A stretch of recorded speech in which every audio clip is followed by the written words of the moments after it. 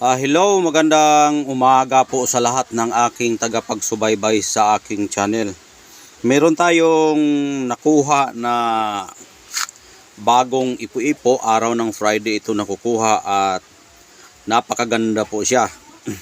Ito po ay tumama doon sa puno ng akasya at yung sa gilid ng akasya ay natumba. Natumba po yung akasya na tamaan ng ipo-ipo. Ito siya.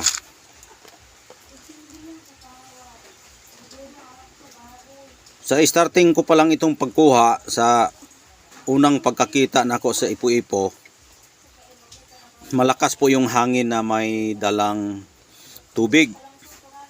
Ngayon, malakas yung hangin na nagpapaikot na nagbubuhat siya ng maraming tubig at mga kahoy, pati mga dahon. At inobserbahan ko yung ikot ng ipo-ipo kung saan siya bumagsak. Ngayon, pagkakita ko, bumagsak siya doon sa puno ng akasya at yung akasya natumba. Natumba kasi sa gilid ng pangpang, doon siya natamaan sa bandang parte sa itaas ng kanyang puno. At sobrang lakas yung ipo-ipo, pagbagsak doon, yung lupa na nabutas yung lupa at natumba yung puno ng akasya. At ang lalim sa kanyang lupa na natamaan ng malaking ipo-ipo, mga 2 meters. Kaya yung puno ng akasya bumigay, kaya natumba. Pero hindi ko pa yun nilapitan agad. Inobserbahan ko baka meron namang susunod na ipo-ipo na paparating. Ngayon pagbagsak, inobserbahan ko yung ipo-ipo kung siya ba ay huminto. At natumba yung akasya. Pagkatumba sa akasya, pinuntahan ko yung puno ng akasya. Pagkatapos ko naobserbahan yung kanyang bagsak sa ipo-ipo. Ngayon, pagkatapos ko, pinuntahan ko at hinanap ko yung saan ang butas na 2 meters. Malalim yung 2 meters. Kaya bumigay rin yung yung puno ng akasya. Dahil yung pinagtubuan ng akasya ay bakilid o yung pahandig yung lupa. Kaya pinuntahan ko, pinasok ko doon kung saan banda yung butas. Hinukay ko ng isang roller. At may tubig pa doon sa pinakailalim sa 1 roller na aking hinukay. Kaya ito po ang aking nakukuha. Ito ang aking nakukuha. Kung napapansin niyo yung bato, crystallized po yan at mayroon po siyang mata. O may mata siya na bato. Yan.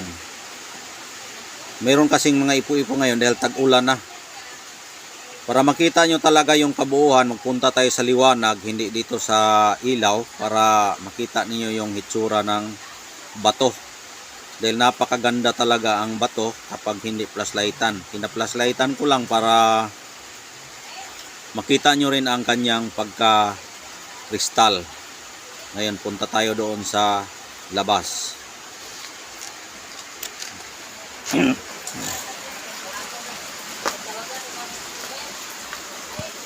Ito po ang itsura niya. Ayan. Napakagandang ipo-ipo. Sa nagtatanong kung ano ang gamit sa ipo-ipo, ay maganda ito sa tagaliwas. Tagaliwas sa disgrasya, barang paktol daot hilo, hindi ka matatamaan dahil nga yung ipo-ipo ay hindi yan matatamaan. Siya, sa halip siya ang tumama. Siya ang nag-trigger para tumama, pero hindi yan matatamaan. Kaya mayroon itong protection na napakalakas. Ang protection niya, hindi ka matamaan kahit anumang bagay na ikakamatay mo kapag ito ay mapaamo mo. Simple lang ito, paamuhin. Balutin mo lang ito ng pulang tela. Tapos pausukan mo ng kamanyan sa tuwing Friday. At palagi mo ito isuot para yung kanyang espiritu umamo sa'yo. At huwag kang magpahakbang sa mga tao na iyong mga kasama kahit sa bahay. Huwag mong pahakbangan para yung birtud at espiritu niya ay hindi mawala. Ayan. Napakagandang mutya sa ipo-ipo.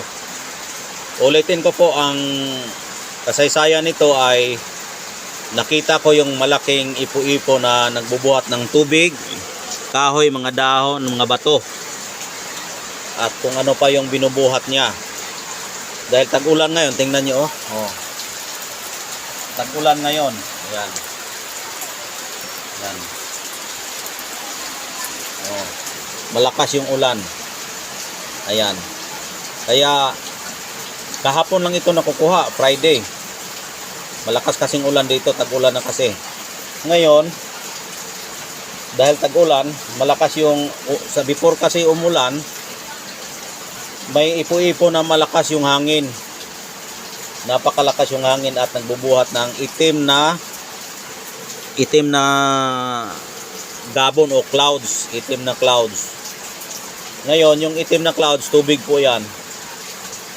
Ngayon, malakas yung ikot niya sa taas at bumagsak siya doon sa pangpang na tinubuan ng malaking akasya. Sa bandang parte sa itaas ng akasya na 1 meter, doon bumagsak. Pagbagsak, nabutas po yung lupa, kaya bumigay yung puno ng akasya. Yun ang kasaysayan. Tapos inobserbaran ko bago ko puntahan, kasi kapag puntahan mo agad, hindi mo alam kung may kasunod pa na bumagsak. Yung huminto na yung ipo-ipos pagbagsak, pinuntahan ko na. 2 meters po yung lalim sa butas, kaya bumigay po yung puno ng akasya. Ngayon, yung butas, nagpunta ko sa baba dahil butas nga, 2 meters yung butas, kaya bumigay yung puno ng akasya. Hinukay ko ng isang roller kung saan may butas. Ngayon, paghukay ko 1 meter, may tubig pang naiwan doon. At hinukay-hukay ko talaga kung saan banda parte yung matitigas. At doon siya huminto, itong mutya niya. Ayan. Napakaganda, crystallized pa. Ayan po, at may halo pang dugo, no? Parang dugo siya. Kulay dugo yung kanyang pagkabato, oh. Tingnan daw natin dito kung ano ang itsura sa liwanag. Ayan, oh. Tag-ulan kasi ngayon, kahapon, ganito ring oras siya bumagsak. Alas 7 pa ng umaga. Ayan, oh. Ayan po ang kasaysayan sa ating mutya ng malakas yung aura, oh. Mutya ng ipo-ipo na nagtatanga ng tubig. Ayan. Yun lang ang kanyang proteksyon. Ulitin ko po, hindi ka matatamaan kahit anumang bagay, kulam, barang daot, mga trahedya. Hindi ka matatamaan dahil ang ipo-ipo kasi, ugali ng ipo-ipo, hindi yan matatamaan. Sa halip, siya ang magpatama na anumang bagay na gustuhin niya kung saan siya bumagsak. Kaya napakalaking proteksyon po itong mutya sa ipo-ipo, pangkalahatang proteksyon po ito. Kaya hanggang dito na lang dahil nga mataas na po yung oras natin. At shout out sa lahat ng aking mga followers, silent viewers. Magandang umaga po sa inyong lahat. Bye bye, God bless po sa inyong lahat.